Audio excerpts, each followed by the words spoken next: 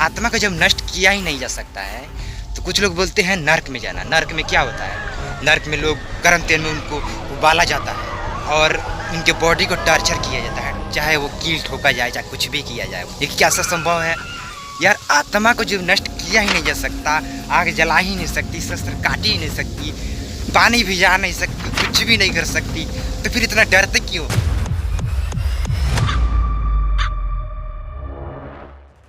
देखिए, जब किसी इंसान की उसके फैमिली में किसी की अगर डेथ हो जाए या अगर किसी की ब्रेकअप हो जाए या तलाक हो जाए, तो ऐसी स्थिति में कुछ लोग सोचते हैं कि भगवान ने धरती पर जीवन क्यों बनाई।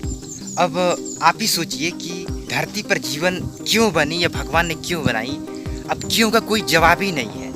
इंसान अगर ऐसे पूछता है कि धरती पर जीवन कैसे बनी, तो इसका जवाब है, और इसका जवाब साइंटिस्टों ने स्टेप बाय स्टेप करके समझाया है कि कैसे एक फर्स्ट सेल बनी, कैसे फर्स्ट सेल से मल्टी सेल्यूलर बना यानी बहुकोशिकीय जीव, इसी से धीरे धीरे कैसे जीव आगे बढ़े, कैसे इवोल्यूशन हुआ, ये सब चीज़ें बताई गई है। अगर आप पूछते हैं कि धरती पर जीवन क्यों बनी, तो आप फंसोगे बुरी तरह से। इसका कोई जवाब ही नहीं है।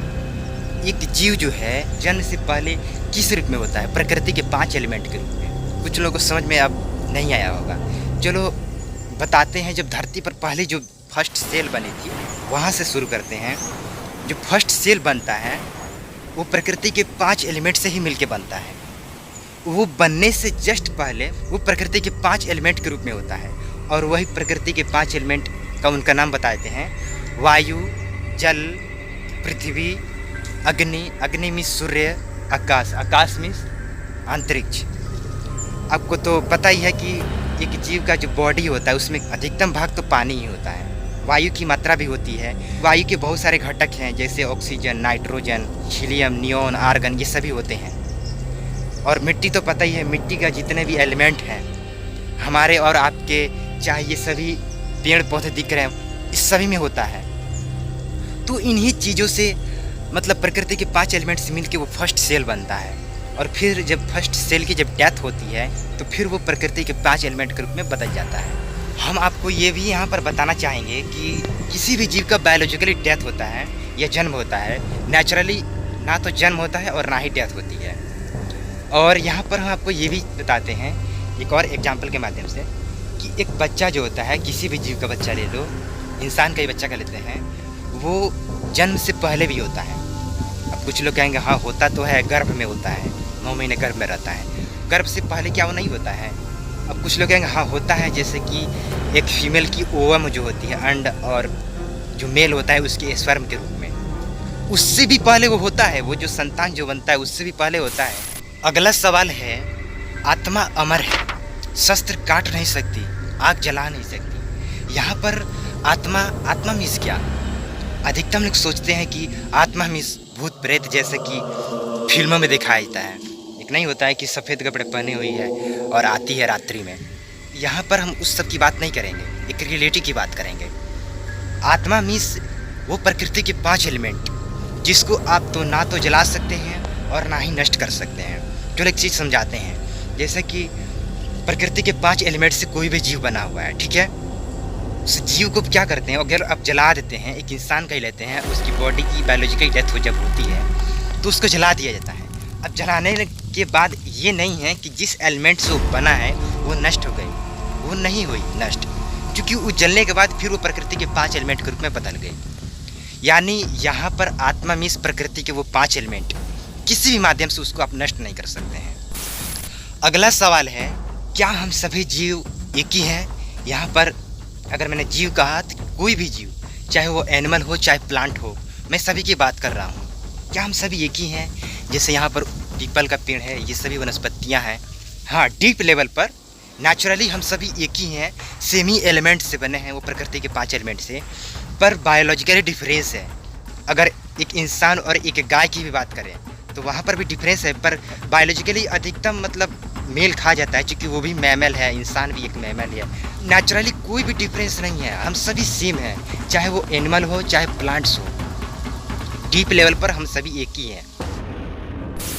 अगला सवाल है कि जीवों में ऐसी क्या चीज़ है जो कि जीव तो बूढ़ा हो जाता है समय के हिसाब से, पर वो बूढ़ी नहीं होती या वो बदलती नहीं है। आपको पता है कि मेल और फीमेल का स्पर्म और ओवम जो होता है वो मिलता है, ठीक है। मिलने के बाद फिर धीरे धीरे वो डेवलप करता है, फिर वो संतान में मतलब भ्रूण में बदल जाता है। अब देख सकते हो वहाँ से डेवलप लगातार हो ही रही है। फिर एक टाइम बीत जाता है, 9 महीने का उसका जन्म होता है। उसके बाद बायोलॉजिकली उसका बॉडी बदलते ही रहता है। 15-16 तक पहुँचते पहुँचते तो बहुत सारे चेंजिंग हो जाती है, आपको पता ही है। एक ऐसा टाइम आता है कि वो बूढ़ा हो जाता है बायोलॉजिकली और उसकी डेथ हो जाती है बायोलॉजिकली। पर क्या है जो बदलती नहीं है समय के हिसाब से, नहीं बूढ़ी होती है?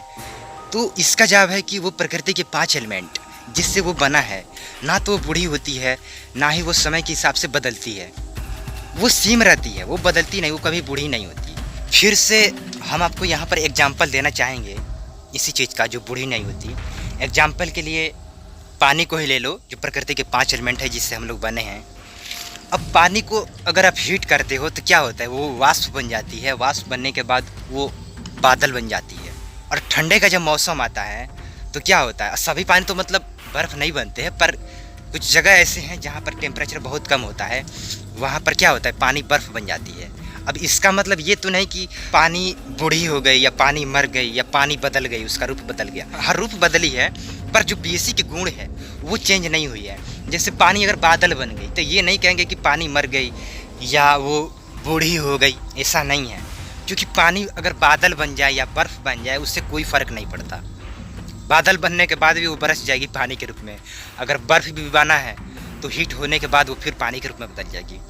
पानी चाहे यहाँ का हो, चाहे अमेरिका का हो, चाहे नाली का हो, चाहे समुद्र का, चाहे झील का, पानी पानी होता है बस, वो चेंज नहीं होती है, ठीक है। जो बेसिक गुण है ना वो चेंज नहीं होती है। तो वही यहाँ पर बात हो रही है, प्रकृति के 5 एलिमेंट जो कि कभी वो बूढ़ी नहीं होती है, समय के हिसाब से बदलती नहीं है। अगला सवाल है पुनर्जन्म, रीबर्थ। हम वो नहीं बताएंगे जो अधिकतर हम लोग बताते हैं, साइंटिफिकली बताया जाएगा यहाँ पर। पुनर्जन्म का पहले अर्थ बता दें, मरने के बाद फिर से नया शरीर धारण करना होता है। इसमें होता ये है कि एक पुनर्जन्म इंसान को पिछले जन्म की सारी बातें याद रहती है, जैसे कि वो कहाँ रहता था, उसके माता पिता, भाई बहन, चाचा चाची कौन थे, उनका नाम क्या था, उसके घर कितनी गाड़ियाँ थीं, वो कैसे डूबने के बाद उसकी डेथ हो गई, ये सारी बातें याद होती है। घर के अंदर जाने पर तुषार ने हर चीज को ऐसे देखा मानो वो उसकी अपनी हो। उसने घर की हर चीज को पहचाना। तुषार ने अपनी बाइक, ट्रैक्टर, कुत्ता और फोटो को भी पहचान लिया। यही नहीं, तुषार ने उस कमरे को भी दिखाया जहां वो पूर्व जन्म में सोता था। तुषार की बातें सुनकर सुरेंद्र के घर वालों को भी यकीन हो गया कि हो न हो ये बच्चा पूर्व जन्म में सुरेंद्र ही था। ये वो ट्यूबवेल है जहां तुषार ने बताया था कि यहाँ पर वो हादसा हुआ जो पूर्व जन्म में, यानी पिछले जन्म में जहां उसकी मौत हुई थी। पर क्या ऐसा संभव है? तो पहले हम जान लेते हैं बायोलॉजिकली और फिर जानेंगे नेचुरली, ठीक है। तो बायोलॉजिकली ये है कि बायोलॉजी की एक ब्रांच है जेनेटिक्स, जिसको आप जानते होंगे। जेनेटिक्स में बताया गया है कि उपार्जित लक्षण वंशानुगत नहीं होते। मतलब एक कोई भी जीव है जो बाहर से चीज़ें अर्जित करता है, चाहे वो बॉडी बना ले, चाहे वो अपनी बुद्धि को शार्प कर ले, एकदम तेज बना ले, कोई चीज़ अगर पढ़ता है, वो सारी चीज़ें मतलब मान लो PhD कर रखा है, तो वो सारी गुण उसके संतान में नहीं जाएंगे। इस चीज़ को आप समझ रहे हो ना, सिर्फ DNA जाते हैं बेसिकली। और अगर कोई DNA में ही वो सारे आनुवंशिक अगर कोई बीमारी है तो वो सभी जाएंगे, पर वो जो बाहर से चीज़ें अर्जित की जाती है ना, वो नहीं जाती है। तो उपार्जित लक्षण वंशानुगत नहीं होते। इसको एक प्रूफ किया था एक साइंटिस्ट थे जिनका नाम था वीजमैन। तो उन्होंने 1880 से 1892 के बीच में एक एक्सपेरिमेंट किया था। उन्होंने क्या किया कि एक जोड़े चूहे के 21 पीढ़ियों तक पूंछ काटते रहे, और वो ये देखना चाहते थे कि क्या ऐसा करने से बिना पूंछ वाला चूहा पैदा होगा। तो उन्होंने देखा कि एक भी बिना पूंछ वाला चूहा पैदा नहीं हुआ, क्योंकि ये बाहर से ना बदलाव किया जा रहा है। तो इस हिसाब से पुनर्जन्म जो होता है बायोलॉजी के विरुद्ध है, क्योंकि कोई भी चीज़ अगर बाहर से अर्जित की जाती है तो वो संतान में जाएगी ही नहीं। और दूसरा है नेचुरली, और नेचुरली मैंने पीछे इस वीडियो में मैंने बता दिया है कि नेचुरली किसी भी जीव का ना तो जन्म होता है और ना ही डेथ होती है। और जब डेथ होती ही नहीं है तो जन्म की कोई बात ही नहीं बनती। अब कुछ लोग कहेंगे कि कैसे बताया, चलो अच्छे से बताते हैं। जैसे कि मैंने पहले ही बताया, एक जीव जन्म लेने से पहले भी वो प्रकृति के 5 एलिमेंट के रूप में होता है। अब ये नहीं कि जन्म लिया है तो एकदम कहीं अलग से आ गया है, वो जन्म लेने से पहले भी इस प्रकृति में होता है। और बायोलॉजिकली जब उसकी डेथ होती है तो डेथ होने के बाद भी वो उस प्रकृति में होता है। पीछे के जितने भी लोग थे, चाहे जितने भी जीव थे, वो डेथ होने के बाद ये नहीं है कि वो हमेशा के लिए प्रकृति से हट गए। वो एक रूप था जो कि नष्ट हो गया, किसी और रूप में आ गया। चाहे वो सभी जितने एलिमेंट थे वो हमारे में हैं, आप में, ये सभी पेड़ पौधे में हैं। रूप चेंज हो गया है, डायनासोर मर गए हैं, पर वो जिस एलिमेंट से बने थे ऐसा नहीं कि वो ख़त्म हो गया। वो भी प्रकृति के 5 ही एलिमेंट से बने थे, और वो एलिमेंट हमारे अंदर, आपके अंदर, ये सही पेड़ पौधे के अंदर है। इस चीज़ को समझ रहे हो ना? तो नेचुरली किसी जीव का ना तो जन्म होता है और ना ही डेथ होती है। इसी हिसाब से पुनर्जन्म भी एकदम प्रकृति के विरुद्ध है। अगला सवाल है कि क्या मरने के बाद इंसान स्वर्ग या नर्क में जाता है? क्या ये बात सत्य है? पहली बात कि बायोलॉजिकली डेथ होती है और मृत्यु होती है, नेचुरली नहीं होती, जो कि मैंने पहले ही बता दिया है। मरने के बाद तो आपको पता है बॉडी जला ही दी जाती है, जलने के बाद सिर्फ आत्मा बचती है। तो आत्मा मीन्स क्या? वो प्रकृति के 5 एलिमेंट।